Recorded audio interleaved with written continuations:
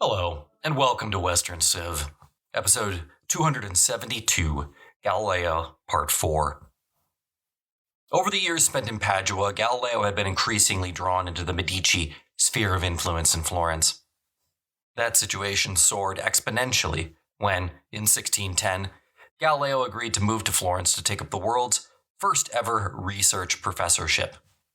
In moving to Florence, Galileo was not only getting a better position, he was also moving to one of the most important cities in Western Europe. And yet, there were many in Galileo's inner circle who wanted him to stay in Padua. Why? Well, the answer is simple. The Inquisition. Italy in the 16th and early 17th centuries was a patchwork of kingdoms, some under their authority and others subject to the authority of foreign powers, mostly France and Spain. Some parts of Italy, notably Venice, were estranged from Rome. Venice was, in fact, often on the verge of war with the Pope. But Florence was allied with Rome, and that meant that the Inquisition was alive and well in Florence. Hence, when Galileo decided to move to Florence, he was placing himself and his Copernican ideas firmly in the crosshairs of the papacy. It was a decision that will come back to haunt him. So what changed that made Galileo willing to risk such a move? In February of 1609, Ferdinando I died, and Galileo's pupil, now Cosimo II, became the Grand Duke of Florence. Galileo immediately let it be known that he would welcome the offer of a position at court, making it clear that he was not after more money. No offer was forthcoming, however, presumably because the Grand Duke was reluctant to match Galileo's vast salary, which would have made him one of the highest paid employees of the Florentine government. Free time, Galileo said, was worth more to him than gold. With gold, one might acquire celebrity, but with free time, he could hope to win true fame. The previous summer, the ducal secretary had taken Galileo under his personal protection, saying as they parted, quote, "Galileo, in all your activities and dealings, deal with me and with no one else," end quote. Thus, well before Galileo discovered the telescope, well before he dedicated the Starry Messenger to Cosimo, he had set his heart on transferring from Padua to Florence. Galileo finally arrived in Florence on the 12th of September 1610. At first, much of his time was taken up by new observations of the heavens, although it was not long before he found himself, unintentionally, caught up in a bitter debate with local Aristotelian philosophers. The debate started in the summer of 1611, when Galileo happened to remark that ice floats because it's lighter than water. The Aristotelians, faithfully following Aristotle, were convinced that ice is heavier than water. Ice, they reasoned, is condensed water, and that it floats because of its shape. They claimed flat things float, because they're unable to overcome the resistance of water, while spherical objects sink.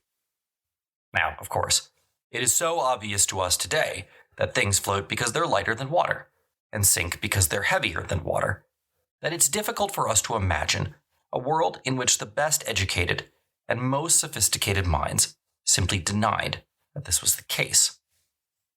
Galileo, who viewed the subject as we do today, had a number of straightforward responses.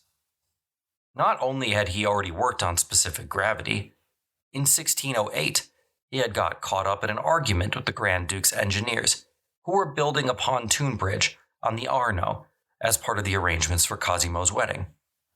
They had argued that the flat structure of the pontoon's base would give it extra buoyancy, while Galileo insisted that shape had nothing to do with whether or not something floated. Galileo argued that an object whose specific gravity is heavier than water will always sink, although sometimes it will take a very long time to do so. A handful of mud may take hours to sink to the bottom of a large tub of water. The shape of a solid object has no bearing on whether it floats or sinks. It affects only the speed with which it moves through the water. Thus, a small ice cube will float. Now, this is obvious to us, but it wasn't in 17th century Florence. They would have seen ice only in two forms: in thin sheets on the surface of ponds in the winter, and as large blocks brought down from the Apennine Mountains in summer to keep their fish fresh. This disagreement involved a straightforward clash between the followers of Aristotle, who once again simply parroted what he said and held that ice is condensed water, and Galileo, who was applying the principles of Archimedes, who maintained that since ice floats, it is evidently expanded water. To contemporaries, Galileo's view, which seems so straightforward to us, was quizzical. Matters became more interesting when a philosopher called Lodovico delle Combe announced that he had an experiment that would prove Galileo wrong. Delle Combe was a strict Aristotelian. He had also written about the new star of 1604 and suspected, surely correctly, that Galileo had something to do with the mysterious second pamphlet from Mari, which of course Galileo had written. Delle Combe's experiment was simple.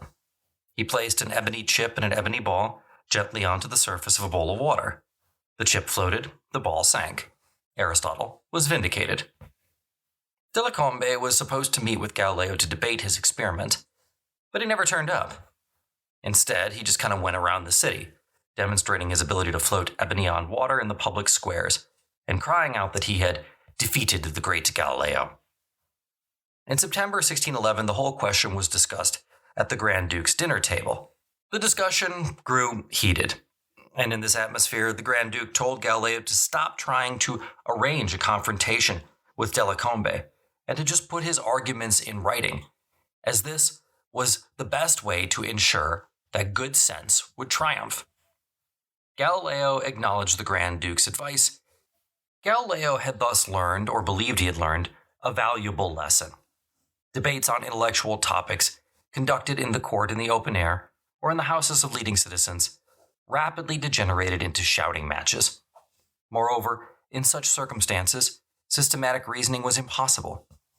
Indeed, one entered a sort of nightmare world in which the meaning of words and the subjects discussed were constantly changing. It was better, he agreed now, to write down one's arguments. That way others couldn't twist them and misrepresent them. Better to abandon the court and the city squares and retire to one's study. Now, Galileo was very good in debate. His admirers believed he could out-argue anyone. One of his most infuriating tricks was to offer ways of improving his opponent's case before comprehensively demolishing it. But he no longer had confidence that out-arguing his opponents was enough. The retreat from public and court life that's already apparent when he wrote Discourse on Floating Bodies was soon to be carried further. By January of 1612, Galileo was effectively living in a villa in the countryside outside Florence. He had abandoned the house he had rented in the center of Florence and had moved in with his friend. Eventually, what started out as a letter to the Grand Duke about floating bodies turned into a book. This was published in May of 1612. And it is in this book that Galileo offered a solution to Delle Combe's puzzle. He showed that it wasn't because of the shape that the ebony chip floated. He could, he discovered, float a needle on the top of the water. How could objects float that were heavier than the water? Well, Galileo claimed that they floated slightly below the surface of the surrounding water. What was really floating was not the ebony chip alone, because this would always sink if you immersed it fully in the water, but an open sandwich of the ebony chip and a layer of air, the average weight of the two combined being less than that of the water they displaced. In other words, the ebony chip was a bit like a boat, even though there were no planks holding the water back. Galileo had thus recognized that in moving into his own territory, that of experimental evidence, Delle Combe had indeed identified an interesting puzzle. He had no idea why air would stick to the surface of an ebony chip, or why water would not flow in to cover the chip. Galileo knew only that this is what happened. Galileo's small book provoked considerable comment. 4 books appeared attacking it, while Galileo's disciple, Benedetto Castelli, published a substantial work defending it. Yet it's an important book because in it, Galileo seems to make a major transition. He begins to concede that you can only discover causes through experiments.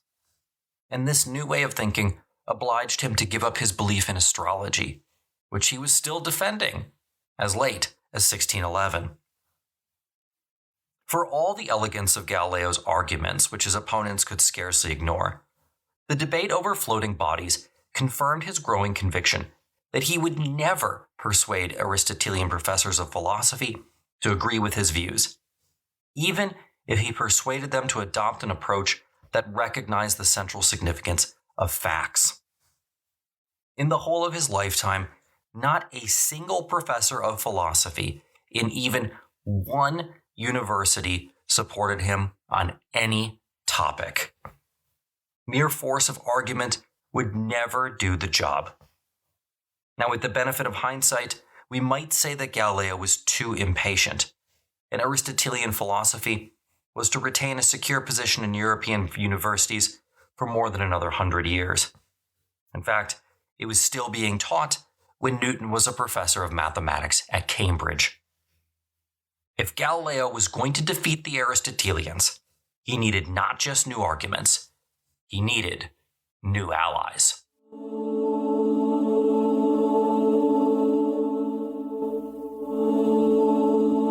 The publication of the Starry Messenger in March of 1610 was followed by a carefully managed campaign to win acceptance for Galileo's discoveries, which were so far at odds with everything that had went before that they had first met with nothing but skepticism. The campaign depended on mobilizing the resources of the Medici government, for the honor of the Medici was now linked to the success of Galileo's publication. But most of Galileo's Venetian friends would have been astonished if they had seen the first letter, or at least surviving letter, that Galileo wrote on arriving in Florence in September. It's addressed to the leading Jesuit mathematician, a man by the name of Christopher Clavius, whom he had visited in Rome all the way back in 1587, and with whom he had corresponded in 1588. Clavius had written to Galileo in 1604, seeking to renew their friendship, but it seems evident that Galileo had not replied. "It is time," Galileo wrote, "that I broke the long silence, a silence of my pen rather than my thoughts with regard to you, most reverend sir. I break my silence now, that I find myself repatriated to Florence by the grace of a most serene Grand Duke, whom it has pleased to call me back to serve as his philosopher and mathematician. The cause of my lengthy silence throughout the time, that is, that I was living in Padua, there is no need for me to specify when writing to someone as wise as yourself." End quote. Both the Venetian political establishment and the University of Padua were hostile to the Jesuits, and for 18 years, Galileo had had no written communication with the Jesuits, although we know he had conversed on mathematical subjects with Jesuits teaching in their Paduan college. Now he writes that he plans to come at once to Rome to show Clavius and his colleagues the moons of Jupiter in order to dispel any doubts that Clavius may have. The evidence provided by this letter is decisive. Galileo did not move to Florence thinking that the influence there of the Counter-Reformation Church, though something of a disadvantage, was worth putting up with in order to seize other opportunities.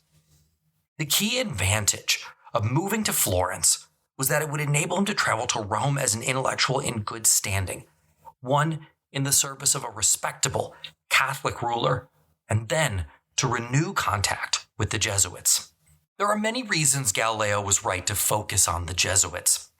The Jesuit order, as I'll talk more about when we get to the Inquisition, was rapidly becoming the educators of Europe's elite. By the end of the 16th century, there were 245 Jesuit colleges. Now, look, Today, the Jesuits get a bad reputation as old sticks in the mud who refuse to accept new ideas. That perspective, however, ignores the very real battle going on within the order in the early 17th century. On the one hand, the Jesuits prided themselves on being the cutting edge of this new science, while on the other hand, the Church remained firmly committed to upholding the traditional learning of the Church, primarily that of Thomas Aquinas. Frankly, it was only the coming crisis within the order itself that Galileo played a large part in sparking that would see the triumph of the traditionalist wing over the new science. Galileo wasn't wrong to try and ally himself with the order. Indeed, there were many within the order who privately supported him. However, hindsight is 20/20, and we know with its value that by 1632, the Jesuit order would be 100% opposed to Galileo. That being said, and I hope I don't have to remind you of this, Galileo did not know that at the time. Galileo returned to Florence in September of 1610, about 6 months after the publication of the Starry Messenger. At the same time, in Prague, Johannes Kepler, mathematician to the emperor, a rarity, given that Kepler was both a Copernican and a Protestant, received a copy of the book. He decided immediately to write a public response, a show of support.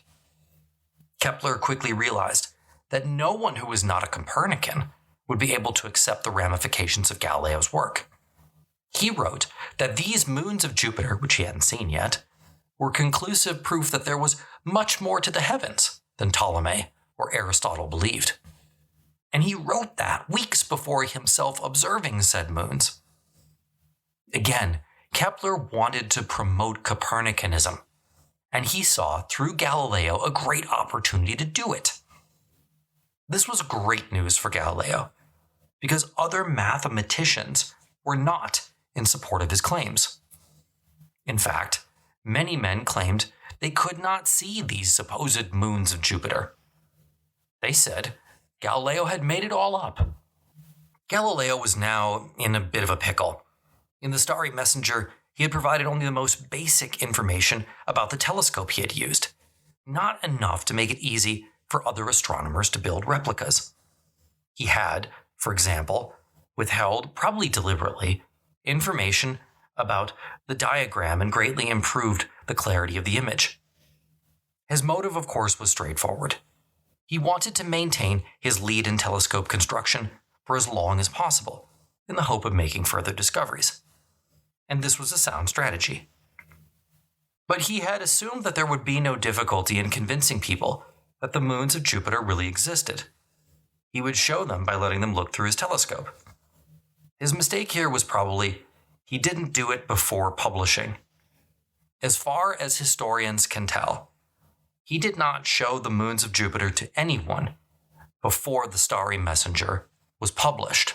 And so Galileo was now committed to giving 10 new telescopes to influential rulers and cardinals. He hoped this would both raise the prestige of astronomy and allow more people to see what he had seen. The most obvious thing for Galileo to do here would have been to send the emperor a telescope, who could then pass it along to Kepler. Galileo did not do this. But why? Well, the reason is more obvious than you think. Galileo lived in Florence, well under the authority of the Inquisition. He needed confirmation of his discoveries by a Catholic scientist, not a Protestant one. Kepler wouldn't do him any good. Indeed, Kepler had already vouched for him, and it hadn't made a difference. Galileo was thus caught in a double bind. He urgently needed a respectable astronomer to confirm that Jupiter had moons. But there was no astronomer he dared trust with a first-rate telescope of his own manufacture. What he needed was for other astronomers to make their own telescopes. Kepler tried, but his wasn't very good. By the end of 1610, only two people other than Galileo, as far as he knew, had made telescopes of the required quality. One was a Jesuit in Rome, while the other was Galileo's friend in Venice, Antonio Santini. Santini was surprised at how slow others were, and Galileo probably shared his puzzlement. On September the 5th, Johannes Kepler confirmed the existence of the moons.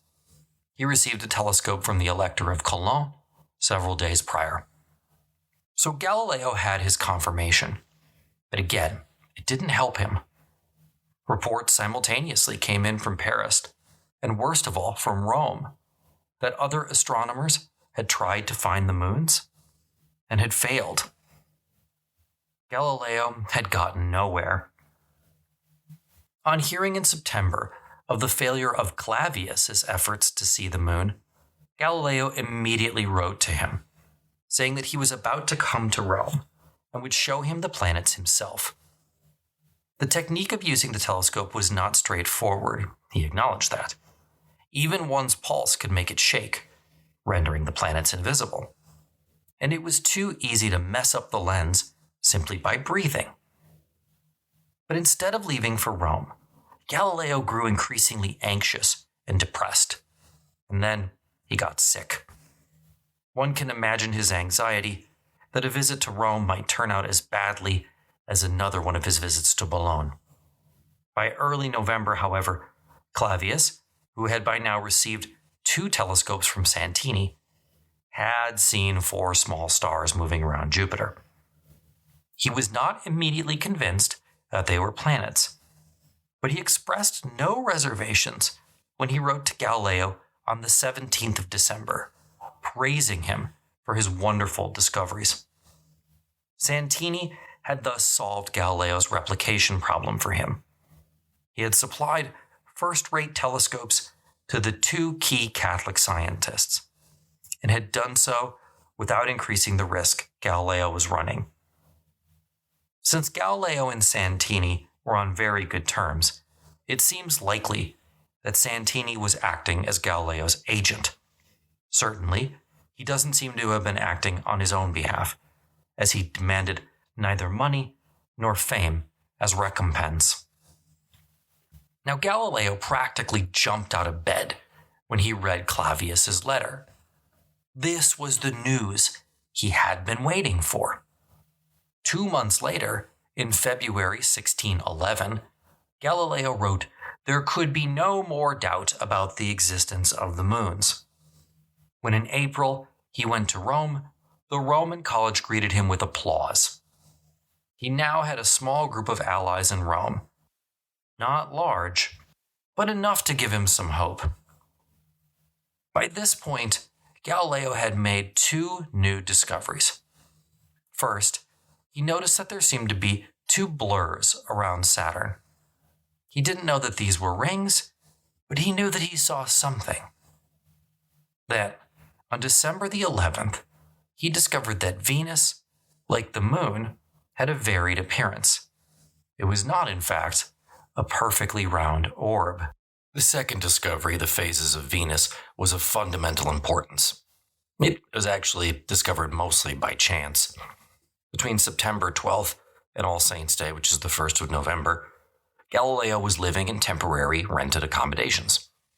There, he couldn't mount the grinding wheels he needed to make new lenses for his telescopes, and his view to the east, where Jupiter was seen in the morning, was poor.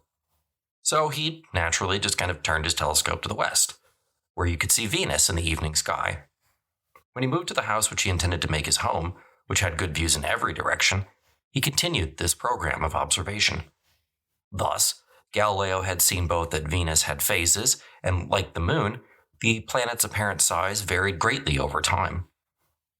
No astronomer before 1610 had predicted that Venus would have phases, because it was first necessary to be sure that the planet shone only by light reflected from the sun. This idea was one that had previously been discussed as a possibility, but the evidence seemed to be against it. The light coming from Venus, as seen by the naked eye, did not seem to vary as much as one might expect if it had phases. Kepler, for example, took it for granted that Venus shone by its own light. Still, Galileo came a major step towards this prediction in the Starry Messenger by arguing that the light of the moon was entirely reflected light, and that the Earth, too, shone by reflected light. The implication of all this was earth-shattering and obvious, namely, that none of the bodies that orbited the sun shone by their own light. Given this assumption, it became possible to predict that, if both Copernicus and Tycho Brahe were right, Venus did in fact orbit the sun. In that case, Venus would have phases, which, like the moon's, would extend all the way from crescent to full, while, if Ptolemy was right, the phases would be limited to either between full and half or between half and crescent. The discovery of the phases of Venus, which, in fact, of course, do extend all the way from crescent to full, could thus correctly be presented as evidence that Venus must orbit the sun and not the Earth. This was the first observation that was directly incompatible with Ptolemy and Ptolemaic cosmology. Unfortunately, for Galileo, it was perfectly compatible with Tycho Brahe's geo-heliocentric system. And unlike with the moons of Jupiter, both of these discoveries were confirmed by the Jesuits in April of 1611. Throughout all this time period, Galileo kept up his correspondence with Clavius in Rome. This reflects a deliberate choice to rest his credibility on the Roman Church, and not on someone who was willing to give it, like Johannes Kepler in the court of the emperor. It was a deliberate choice whose consequences were to become clear only many years later. I want to pause here and note two things. First, Galileo was preoccupied with making his priority in telescopic discovery. This is why he had rushed the Starry Messenger through the press, and why he had announced his discoveries to Kepler. Science had not previously been a competition, and we talked about this when we started to talk about the scientific revolution. Certainly not in this way. Galileo had invented the scientist as the person who makes discoveries. And since all you need in order to make these discoveries was a good telescope, and Galileo himself was distributing good telescopes around the world, he knew he only had a very small window in which to claim a priority. Second, I want to note a peculiar feature of Galileo's behavior. He was releasing his discoveries to the words in sort of like drips, using Kepler to publish his findings as if he were running a sort of rudimentary scientific journal. In doing so, Galileo was stepping away from an alternative model of scientific activity. As soon as the Starry Messenger was published, he had started talking of an expanded, elegant version to be published in Tuscan, with accompanying dedicated poems. A book of which a prince such as Cosimo and a philosopher such as Galileo could be proud.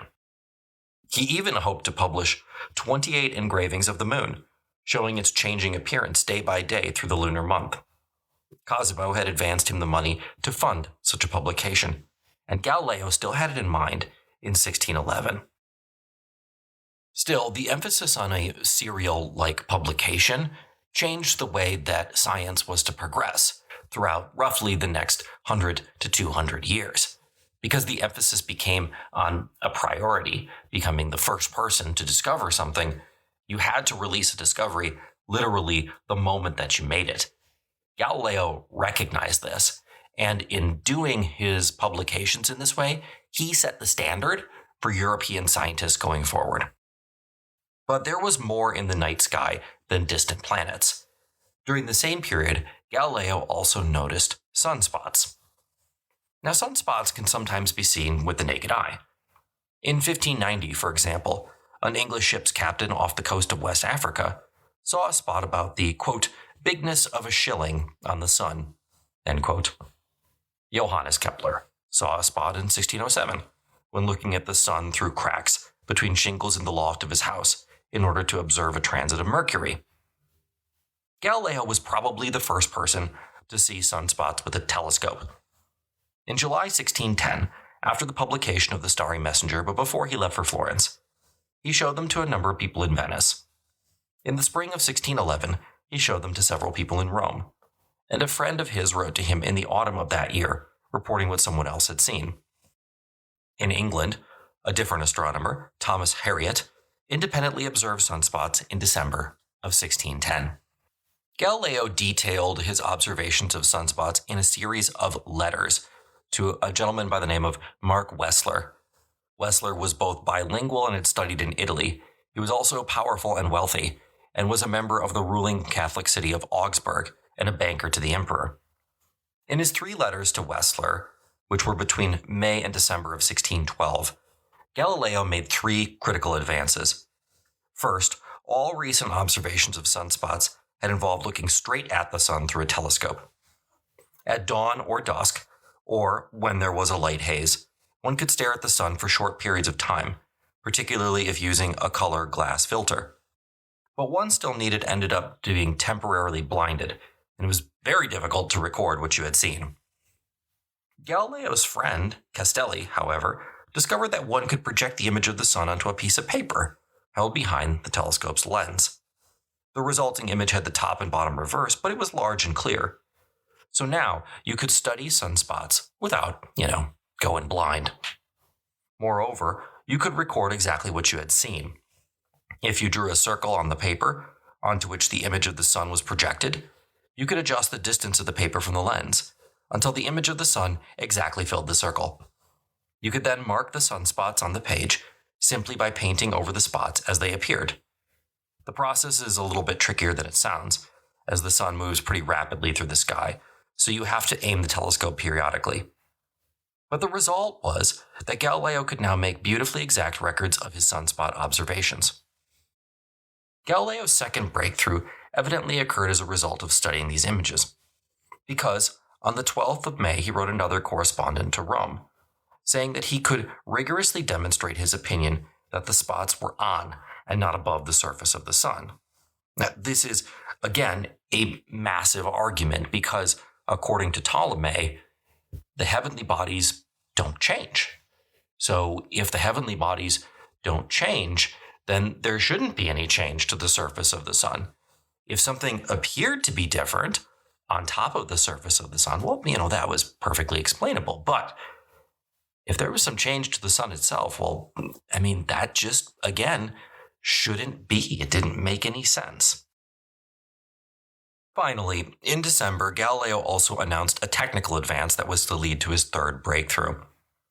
In the Starry Messenger, he had provided fairly crude images showing the relationship between Jupiter and its moons day by day. The images were based on simple estimates. Galileo looked through his telescope and made a judgment as to how far each moon was from Jupiter, using his unit of distance, Jupiter's own diameter.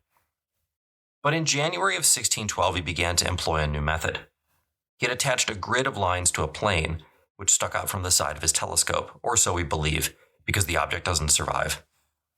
With a little adjustment, he could arrange the grid so that if he opened both eyes when one was applied to the telescope, it appeared to float over the image of Jupiter, and its center exactly coincided with Jupiter itself. He had constructed a very crude micrometer, and could dismiss the rough estimates of others as mere hallucinations. Now, in modern astronomic telescopes, micrometers are mounted within the telescope itself. This is possible in the type of telescope invented by Kepler, but not in a Galilean telescope, so Galileo did the best he could. He now simply had to count the lines in the grid between Jupiter and any one of its satellites to obtain an exact measurement of the distance, which he could then express in terms of diameters of Jupiter. Galileo could now solve a problem that had been bothering him for the past 2 years. He could accurately predict and calculate the periods of Jupiter's satellites. And having done this, he could predict their location in the future. He put all this together in March of 1613. There, Galileo supplied for the press not only his letters on sunspots, but also tables predicting the positions of the moons of Jupiter over the course of the next few months.